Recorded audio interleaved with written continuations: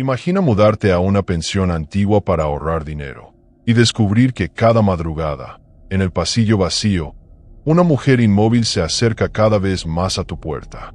Nadie la ha visto, nadie habla de ella, pero lo que encontró Diego en ese edificio de Guadalajara demuestra que hay habitaciones donde los huéspedes nunca se van.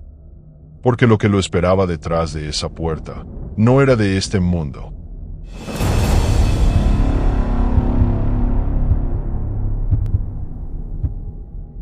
El aire de Guadalajara cargaba a esa humedad pegajosa de octubre cuando Diego Hernández llegó por primera vez a la pensión San Rafael. Era uno de esos edificios que el tiempo había olvidado en el centro histórico, con fachada de cantera agrietada y ventanas que parecían ojos hundidos observando la calle. Para un estudiante de ingeniería con el bolsillo vacío y las esperanzas puestas en terminar la carrera, aquel lugar representaba la única opción viable a 3 cuadras de la universidad. La señora Remedios, dueña de la pensión, lo recibió con una sonrisa que no llegaba a sus ojos. Era una mujer menuda, de manos nudosas y cabello plateado recogido en un chongo apretado. Sus pasos resonaban como pequeños martillazos sobre los mosaicos desgastados del vestíbulo, donde una lámpara de cristal opaco creaba sombras danzantes que parecían tener vida propia. El cuarto 7 está disponible, joven, le dijo con voz ronca, mientras subían por una escalera de madera que crujía bajo sus pies como huesos viejos. Es silencioso y tiene buena luz durante el día. Diego no mencionó que el precio era lo único que realmente importaba. Guadalajara podía ser generosa con los estudiantes foráneos, pero su mesada apenas alcanzaba para lo esencial. La habitación era pequeña pero limpia. Una cama individual con colcha descolorida, un escritorio de madera oscura con manchas de humedad y una ventana que daba a un patio interior donde crecían plantas salvajes entre los ladrillos rotos. Los primeros días transcurrieron con la monotonía típica de cualquier estudiante.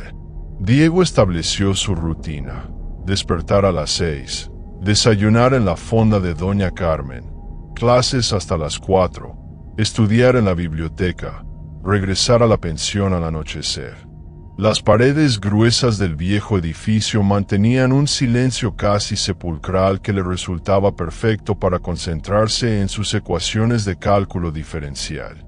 Pero fue durante la tercera noche cuando la normalidad comenzó a resquebrajarse como pintura vieja bajo el sol.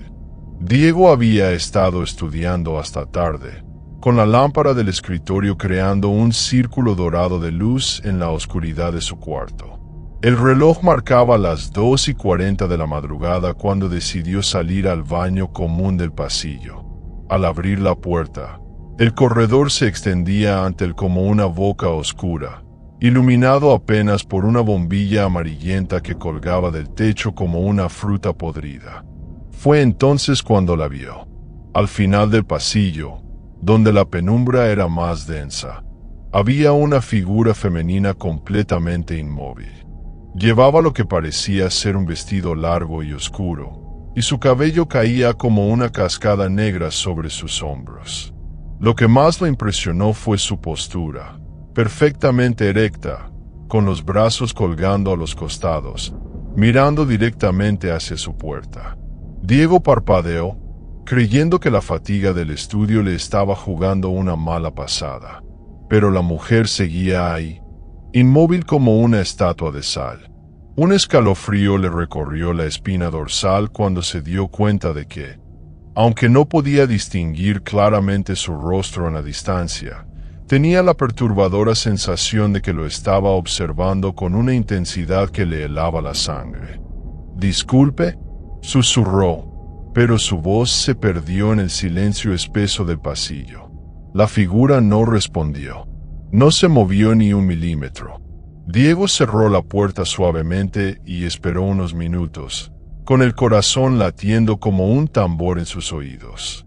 Cuando volvió a abrirla, el pasillo estaba completamente vacío. Solo quedaba el eco de sus propios pasos y el zumbido hipnótico de la bombilla amarillenta. Se convenció de que había sido una combinación de cansancio y mala iluminación. Tal vez otra huésped había salido al baño y él la había confundido con algo más siniestro. Los edificios viejos tenían esa capacidad de transformar las sombras en fantasmas y los crujidos normales en susurros amenazantes. Pero la siguiente madrugada, ella estaba ahí otra vez. Esta vez Diego había despertado sin razón aparente, con esa sensación inquietante de ser observado. Algo lo impulsó a levantarse y mirar por la mirilla de la puerta. Su sangre se congeló. La mujer estaba en la misma posición exacta, como si no se hubiera movido en las últimas 24 horas. El vestido oscuro parecía absorber la poca luz del corredor, y su inmovilidad era tan perfecta que resultaba antinatural. Lo que más lo perturbó fue darse cuenta de que estaba más cerca que la noche anterior. Ya no estaba al final del pasillo, sino aproximadamente a la mitad de la distancia, como si hubiera avanzado lentamente mientras él dormía. Diego permaneció observando durante casi una hora, pero la figura nunca se movió. Ni siquiera parecía respirar. Cuando el amanecer comenzó a filtrarse por las ventanas del pasillo, simplemente ya no estaba ahí.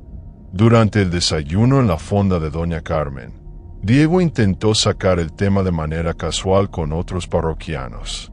Describió a la mujer del vestido oscuro, pero solo recibió miradas confundidas y negaciones. Nadie había visto a ninguna mujer rondando los pasillos de madrugada. De hecho, varios de los comensales regulares le aseguraron que la pensión tenía muy pocos huéspedes en esa temporada. La ansiedad comenzó a instalarse en su pecho como una araña tejiendo su red. ¿Estaba perdiendo la razón? El estrés de los estudios y la soledad lo estaban afectando más de lo que creía, pero la imagen de aquella figura inmóvil era demasiado nítida, demasiado real para ser producto de su imaginación. La tercera noche, Diego tomó una decisión.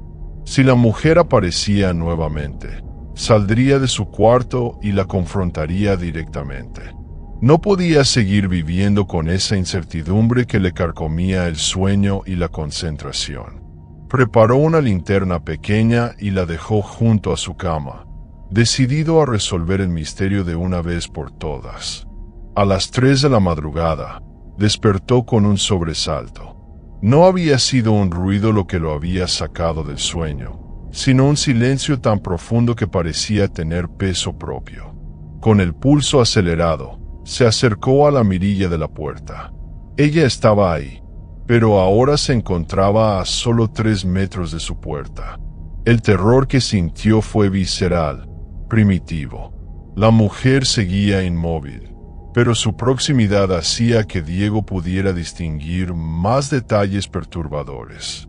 Su vestido parecía ser de una época pasada, con mangas largas y un corte anticuado. Su piel tenía una palidez que no era natural, como si nunca hubiera conocido la luz del sol. Y aunque su rostro seguía parcialmente oculto por las sombras, Diego podía jurar que sonreía. Una sonrisa que no tenía nada de humano. Con las manos temblando, Diego agarró la linterna y giró lentamente el picaporte. El metal frío contra su palma le recordó que esto era real, que no estaba soñando. Abrió la puerta apenas una rendija y dirigió el haz de luz hacia donde había visto a la mujer. El pasillo estaba vacío, pero en el suelo, justo donde ella había estado parada, había algo que hizo que el aire se le atascara en los pulmones. Unas marcas húmedas, como si alguien hubiera estado ahí durante horas, dejando la huella de sus pies descalzos sobre los mosaicos fríos. Y entonces lo escuchó. Un sonido que haría que nunca más pudiera dormir tranquilo en la pensión San Rafael. Desde algún lugar dentro de las paredes, llegaba un rasguño lento y deliberado, como si unas uñas largas estuvieran arañando la madera desde el interior, buscando una salida. rasguño tras rasguño, cada vez más cerca de su cuarto. Los días siguientes se convirtieron en una pesadilla de vigilia constante para Diego. El sonido de los rasguños había dejado una marca invisible en su mente, como una cicatriz que pulsaba cada vez que el silencio se hacía demasiado profundo. Durante las clases de cálculo integral, su mente vagaba hacia los pasillos oscuros de la pensión San Rafael, y por las noches, cada crujido de la madera vieja lo hacía saltar como un gato asustado. La cuarta noche después de escuchar los rasguños, Diego decidió que no podía seguir ignorando lo que estaba sucediendo. Había investigado en Internet sobre apariciones y fenómenos inexplicables, buscando alguna explicación racional para lo que experimentaba. Las historias reales de terror que encontró en foros y páginas especializadas le mostraron que no era el único que había vivido relatos aterradores similares. Pero eso no le daba consuelo. Al contrario, confirmaba que el miedo que sentía tenía fundamentos muy reales. Esa madrugada, cuando el reloj marcaba las 3:30, los rasguños comenzaron nuevamente. Esta vez no venían de las paredes, sino que parecían moverse a través del edificio como si algo estuviera arrastrándose por el interior de la estructura. Diego siguió el sonido con el oído y se dio cuenta de que se dirigía directamente hacia su habitación. El terror se apoderó de él cuando los rasguños se detuvieron justo detrás de la cabecera de su cama. Durante 15 minutos interminables, permaneció inmóvil, con la respiración contenida, esperando que algo atravesara la pared. Pero el silencio que siguió fue aún más aterrador que los propios sonidos. Al día siguiente, Diego tomó la decisión de confrontar a la señora Remedios. La encontró en la pequeña oficina del primer piso, entre papeles amarillentos y facturas de servicios atrasadas. La mujer levantó la vista de su libro de contabilidad con esa misma sonrisa que no alcanzaba sus ojos, pero esta vez Diego notó algo diferente. Había una tensión en sus facciones, como si hubiera estado esperando esta conversación. Diego describió las apariciones nocturnas y los extraños sonidos que escuchaba cada madrugada. La señora Remedios escuchó en silencio, con las manos entrelazadas sobre el escritorio, y sus nudillos fueron poniéndose cada vez más blancos conforme él relataba los detalles. Cuando Diego terminó, la mujer permaneció callada durante un largo momento, mirando por la ventana hacia el patio interior donde las plantas salvajes crecían entre los escombros. Finalmente, la señora Remedios abrió un cajón del escritorio y sacó una llave antigua, oxidada y con un número grabado que Diego no pudo distinguir claramente. Sus movimientos eran lentos, casi rituales, como si estuviera entregando algo sagrado o peligroso. Con voz apenas audible, mencionó que había un cuarto en el segundo piso que llevaba cerrado muchos años. Un cuarto donde había sucedido algo terrible, algo que prefería no recordar. Los ojos de la mujer se llenaron de una tristeza profunda mientras relataba cómo, décadas atrás, una joven inquilina había sido brutalmente asesinada en esa habitación. El crimen nunca se había resuelto, y desde entonces, muchos huéspedes habían reportado encuentros similares a los que Diego describía. Algunos se habían marchado en plena madrugada, jurando haber escuchado susurros que pronunciaban sus nombres desde el interior de las paredes. La revelación golpeó a Diego como un puñetazo en el estómago. La aparición que veía cada noche no era producto de su imaginación o del estrés académico. Era algo mucho más real y aterrador. El espíritu de una mujer que había sufrido una muerte violenta y que, por alguna razón, parecía estar fijándose específicamente en él. Esa noche, Diego decidió que no podía seguir durmiendo en la pensión sin entender completamente lo que estaba enfrentando. Armado con valor prestado y una linterna más potente, Esperó hasta las 3 de la madrugada y luego salió sigilosamente de su habitación. Su plan era subir al segundo piso y localizar el cuarto sellado del que había hablado la señora Remedios. Las escaleras hacia el segundo piso crujían bajo sus pies como huesos viejos que protestaran por ser molestados. El pasillo superior era aún más tétrico que el de su propio piso, con papel tapiz despegado que colgaba como piel muerta y un olor a humedad que se mezclaba con algo más dulzón y desagradable. Diego recorrió el corredor con la linterna, examinando cada puerta hasta que encontró una que era diferente a las demás. La puerta del cuarto maldito estaba sellada con tablones de madera clavados en cruz, y tenía candados oxidados que parecían no haber sido tocados en décadas. Pero lo que más llamó su atención fue que los tablones tenían marcas de arañazos desde adentro, como si algo hubiera estado tratando de salir durante años. Las marcas eran profundas y desesperadas, y algunas parecían frescas. Diego dirigió la luz de la linterna hacia la cerradura original de la puerta, y su sangre se heló al ver que tenía el mismo número que había visto grabado en la llave que le había mostrado la señora Remedios, el número 7. Su propio cuarto tenía ese mismo número. La realización lo golpeó como una avalancha de terror puro. No estaba hospedado en un cuarto cualquiera de la pensión. Estaba durmiendo en la habitación exacta donde había ocurrido el asesinato. La señora Remedios lo había instalado deliberadamente en el cuarto donde había muerto la mujer que ahora lo acechaba cada madrugada. Mientras esta comprensión se asentaba en su mente como plomo fundido, escuchó algo que hizo que sus piernas casi cedieran bajo su peso.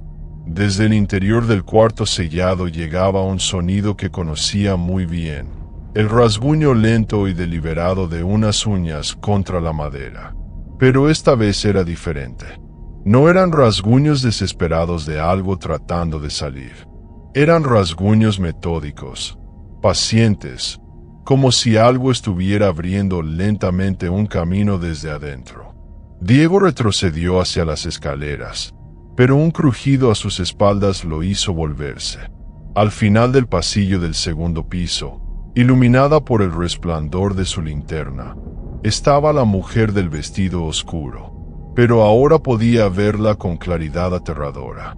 Su rostro era pálido como el hueso, con ojos hundidos que parecían pozos sin fondo. Su boca estaba abierta en lo que podría haber sido un grito o una sonrisa, mostrando dientes que parecían demasiado afilados. Su vestido, que desde la distancia había parecido simplemente viejo, estaba desgarrado y manchado con algo oscuro que Diego prefirió no identificar. Pero lo más aterrador era que ya no estaba inmóvil. Avanzaba hacia con pasos lentos pero decididos, y con cada paso que daba, los rasguños desde el interior del cuarto sellado se hacían más intensos y urgentes. Diego corrió hacia las escaleras como nunca había corrido en su vida, bajando los escalones de 3 en 3, con el corazón latiendo tan fuerte que pensó que se le saldría del pecho. Detrás de él, podía escuchar los pasos de la aparición siguiéndolo, pero cuando llegó a su cuarto y se encerró con llave, el silencio volvió a apoderarse de la pensión. Jadeando y temblando, Diego se recargó contra la puerta de su habitación. Ahora entendía que no era una víctima aleatoria de una aparición casual. Había sido elegido deliberadamente, colocado en el epicentro de una tragedia, sin resolver que llevaba décadas esperando su momento. Pero lo que no sabía era por qué él. ¿Qué tenía de especial que había despertado el interés de un espíritu vengativo? ¿Y qué era exactamente lo que quería de él? Las respuestas llegaron más rápido de lo que hubiera deseado. A las 4 de la madrugada, cuando creía que finalmente podría intentar dormir, escuchó algo que le heló la sangre en las venas. Alguien estaba rasguñando la puerta de su cuarto desde afuera, y entre los rasguños llegaba un susurro apenas audible que pronunciaba su nombre una y otra vez. como una oración siniestra que se repetía sin fin. La noche en la pensión se volvió un laberinto de sombras y susurros. El joven, cada vez más debilitado por el insomnio y el terror, ya no distinguía entre vigilia y sueño. Sus ojeras profundas parecían cavar en su rostro, y la sensación de ser observado nunca lo abandonaba. El pasillo vacío se había convertido en un escenario de pesadilla.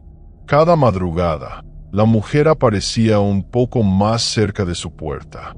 Ya no solo la miraba, ahora se inclinaba levemente, como si quisiera escuchar su respiración. Sus ojos, hundidos y brillantes, tenían un fulgor que no pertenecía a este mundo. Los demás inquilinos comenzaron a notar su deterioro.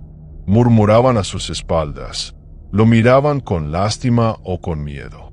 La dueña de la pensión, una anciana encorvada que siempre arrastraba un crucifijo entre los dedos, le advirtió en voz baja: «Si ella ya te eligió, no hay escapatoria». Él intentó huir. Empacó sus cosas a toda prisa y descendió las escaleras de piedra.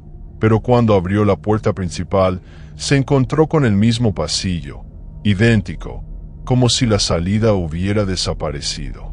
Volvió a subir desesperado, y lo único que encontró fue su maleta en el suelo, abierta, con su ropa esparcida como si alguien la hubiera revisado.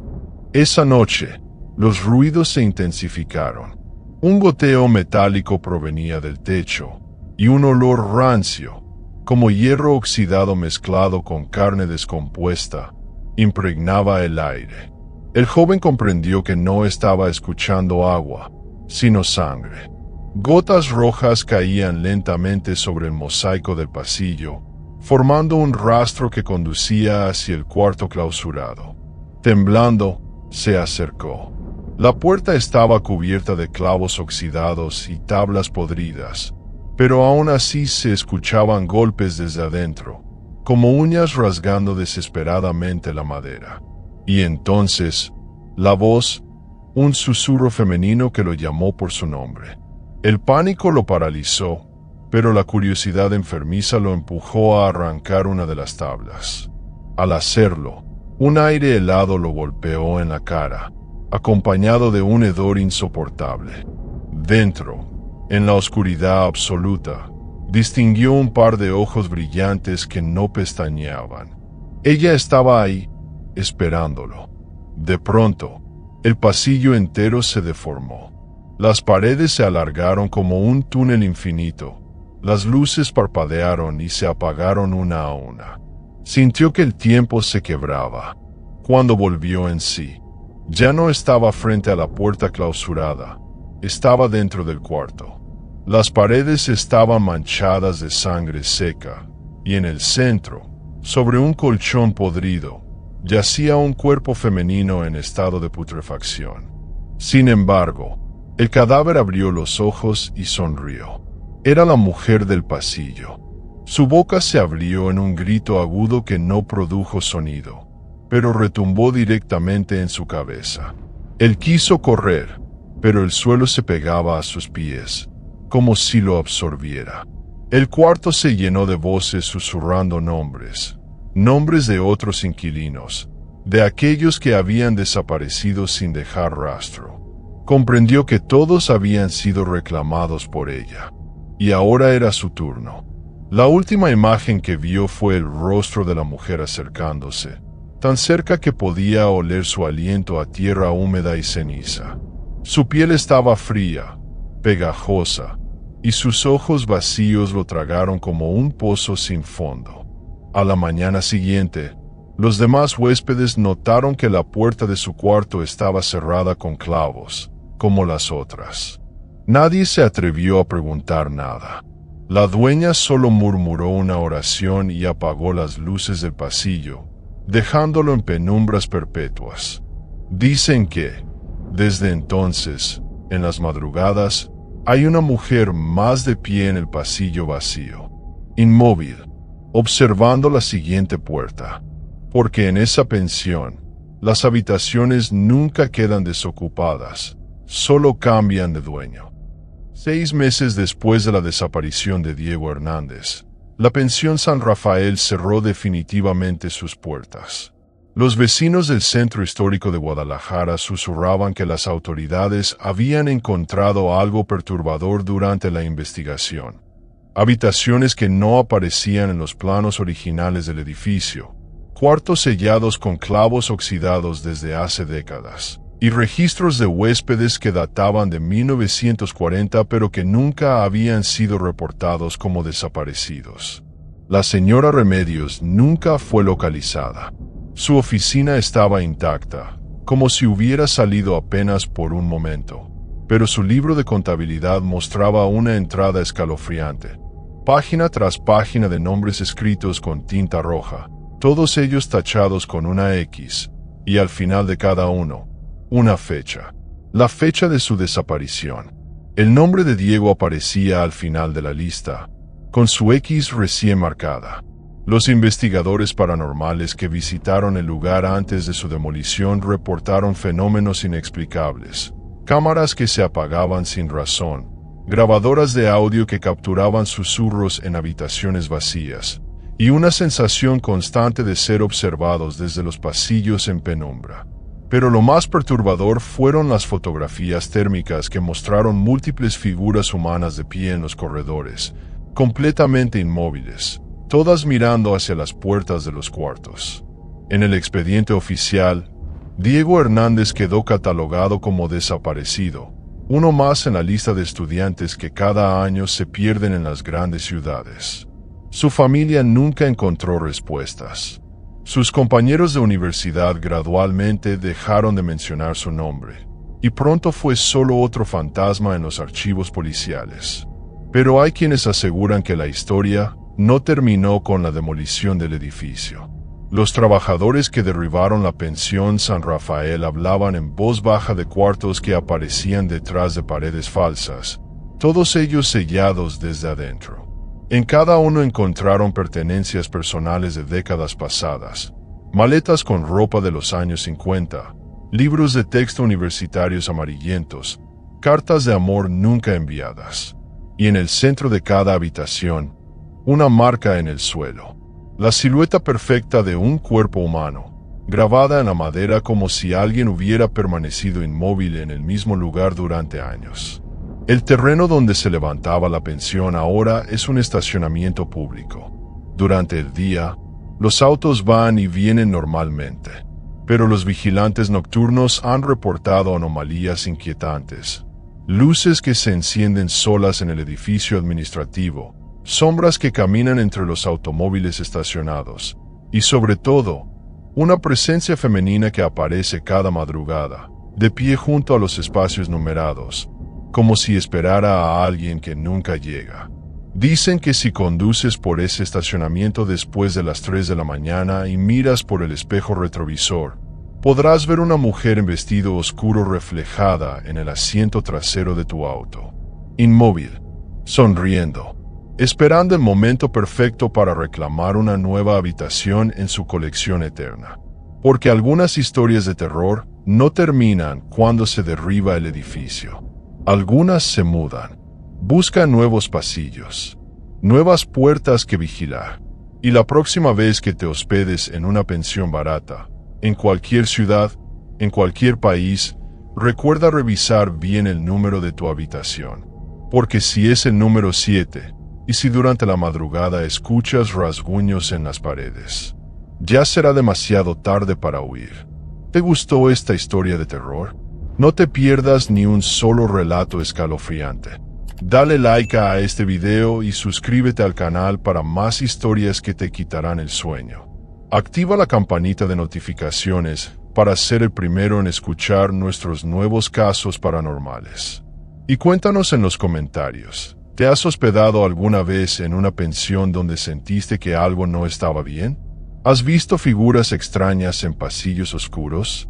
Comparte tu experiencia, si te atreves.